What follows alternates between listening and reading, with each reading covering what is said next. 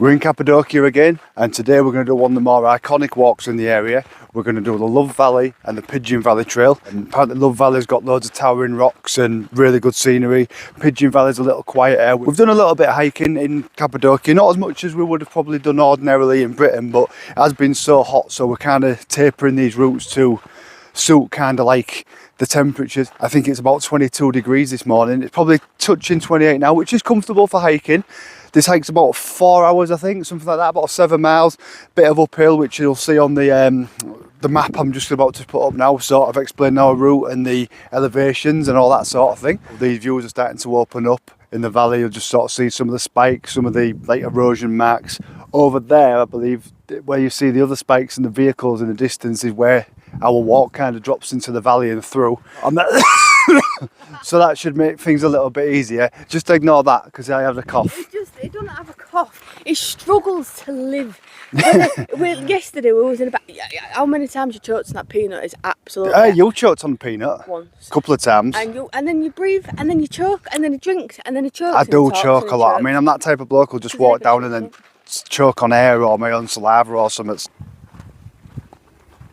We've just got down to like the trail now. We had a little bit of like not misnavigation, just a little path which veered off ever so slightly, really difficult to see. The little trails and roads going all over the place. Some of them aren't marked on the map, so they're a bit difficult, but it's just one of them where like you can just quickly walk past it. If you've ever hiked in the Lake District or Scotland or anywhere, you'll know what I mean. Just like you'll just see a little faint path going off in the distance, and that was one we needed. Only a 2-minute detour, which isn't so bad, but it's starting to open up now. So Love Valley, how does it get its name? I'll show you some footage soon, and sort of you'll probably be able to understand why it's called Love Valley. I think you can guess where it's heading, but yeah, it's well known that a lot of these objects look or seem to resemble a certain part of an anatomy. So as we're just rounding this little corner now, Love Valley is just through the distance there, but that is why it's called Love Valley.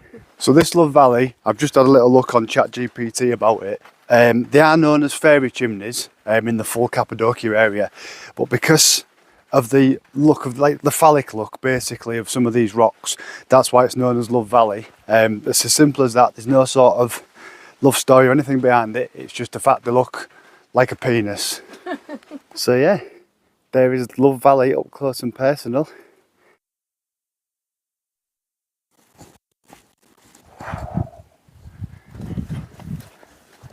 It's just like walking on a different planet. It is surreal, like how this is here. I mean, that one looks like it's like a bit like a rocket actually. I'll show you that. It looks a bit like a rocket.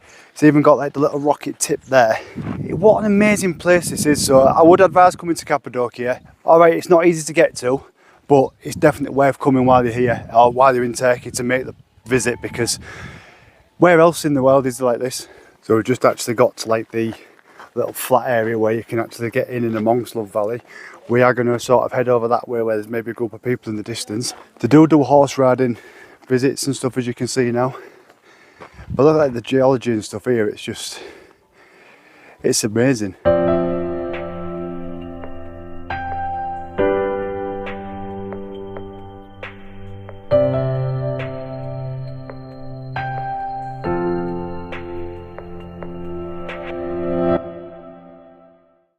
So I know I was saying earlier about it being a lot cooler today.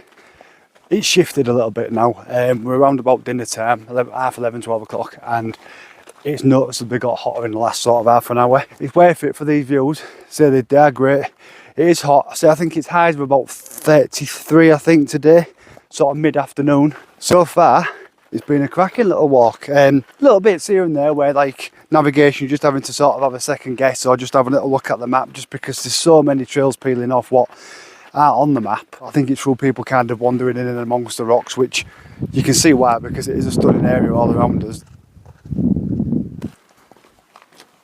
Well, the path seems to have sort of eased out a little bit. It's like we're in this little sort of canyony area now, so it's quite easy to follow in terms of there's nowhere you can really kind of disappear. As you see, it's just sort of through these rocks. Just informed Leah that there are actually bears in Turkey. After we've just heard something rustling. Yeah, we heard something fairly big rustle in the trees. Don't think it was a bear. I think probably it'll have been like a rat or a snake or a lizard, more likely a lizard to be fair. I'm not so sure you do get bears in Cappadocia. I think it's more of a like a deep forest area. Here is very sort of barren and more like a desert really, so I shouldn't imagine they'd thrive here. The bit when I said the path's a bit better, I think I might have misjudged that. Not actually seen much in the way of like any sort of wildlife really, besides a few lizards and stuff, and even they're not really very big. Saw like I think it was a European glass lizard when we was near Pamakule. Didn't quite catch it, but that was probably like 5 or 6 feet, but it did look like a snake. I'll put an image in there now just so you sort of know what I mean. I only saw the back end, it looked like a snake, but then when I googled it, it actually was this lizard, which it may as well be a snake because it's the only difference is its head. We've just stumbled across this little sort of cave now, which is going through, carrying on the path. It's quite nice actually, this sort of, got to have been man-made, hasn't it, surely?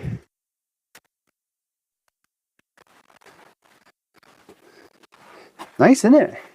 Bit of shade as well, which is much needed because it's just, there's no wind at all, is it? It's just red hot now. I retract my previous statement about us saying about the path's easy to follow now. It's just zigzagging in and out of bushes, there's little minor trails like that going off. We believe we're on the right one now. It's took a bit of time to sort of find the right route, and we've just been chatting to an Italian couple and they seem to be having the same difficulty of us in kind of finding the right bit of the path and the right trail. They're a bit lower, but according to our map we're on it. So we've just had a little refreshment stop. There's like a little stall down there, you might just see guys selling fresh orange juice, freshly squeezed. 200 lira a cup I must add, which is about £3.60, which is expensive. It was well located right at the top of like the hike which we've just come up, which you can sort of see how high we've come up now. So it was nice and refreshing to have that. Not worth the money. Leah will just have to have one less beer today, won't you, Leah? I didn't even want the orange juice.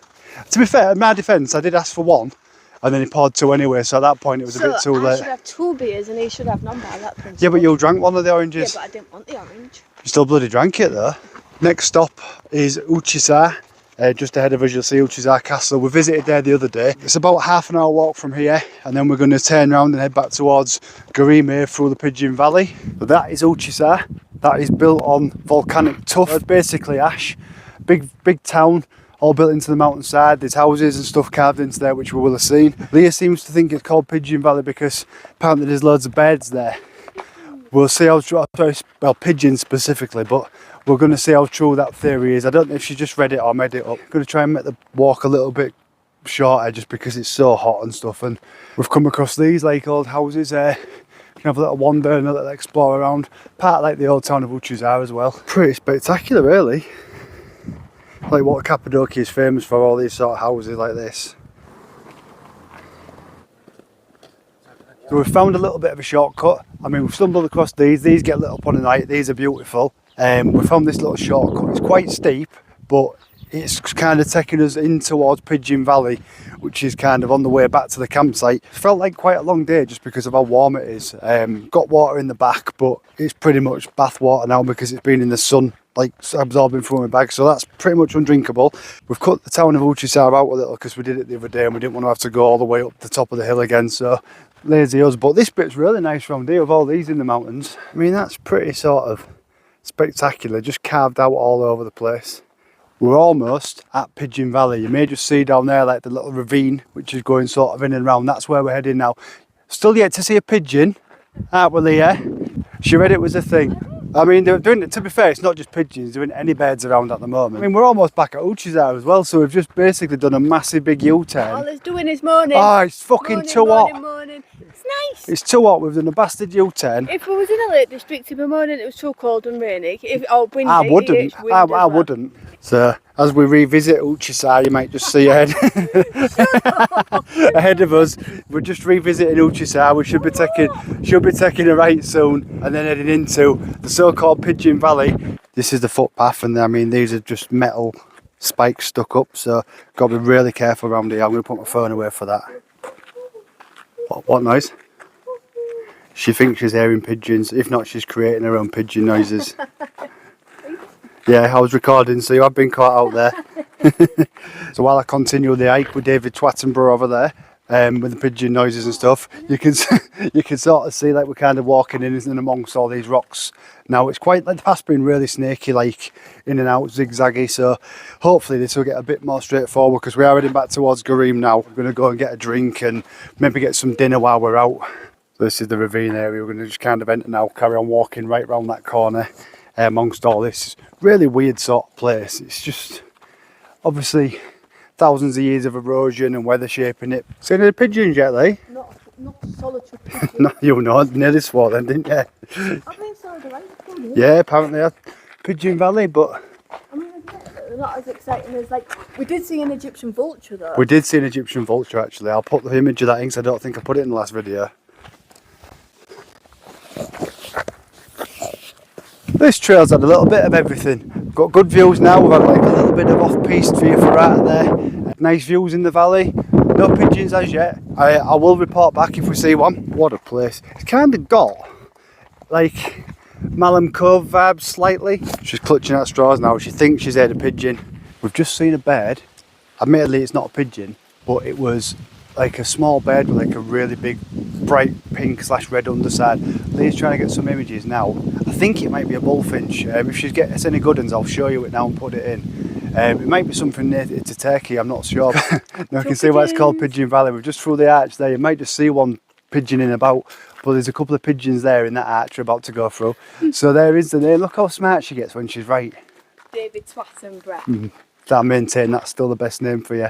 We've seen pigeons in Pigeon Valley, walking through this sort of nice cool arch. I mean, I'm not scared of pigeons, I just don't particularly like birds flying at me. If it's called Pigeon Valley, either it's because there was pigeons here or rocks. I mean, we've seen 2 pigeons.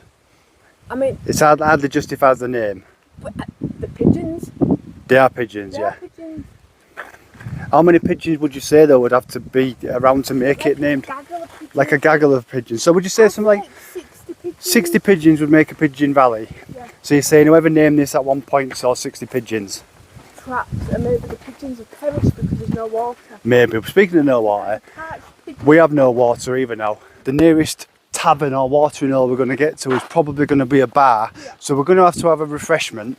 We will probably have a bottle of water alongside it, but I think after this almost 7-mile walk, we do deserve a bit of a drink. And I know people will say, oh, you should stay hydrated in hot weather and stuff like that.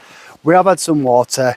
We've got some water. We have had some water before we came out. We've had like a litre and a half of water each, an orange juice, and then when we go back into the town, we're going to get some water as well. But there is nothing like a refreshing cold beer after a long hike. There is.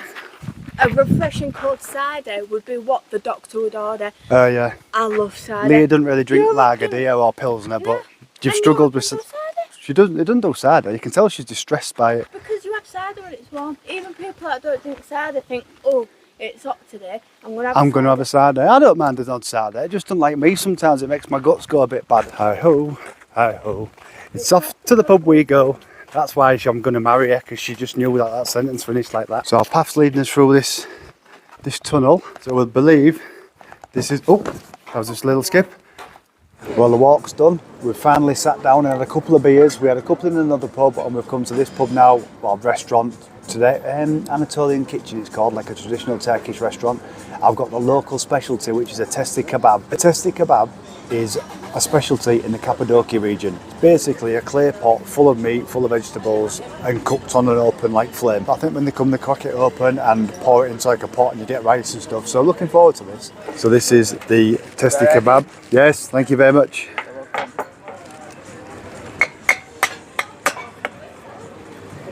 Oh, look at that.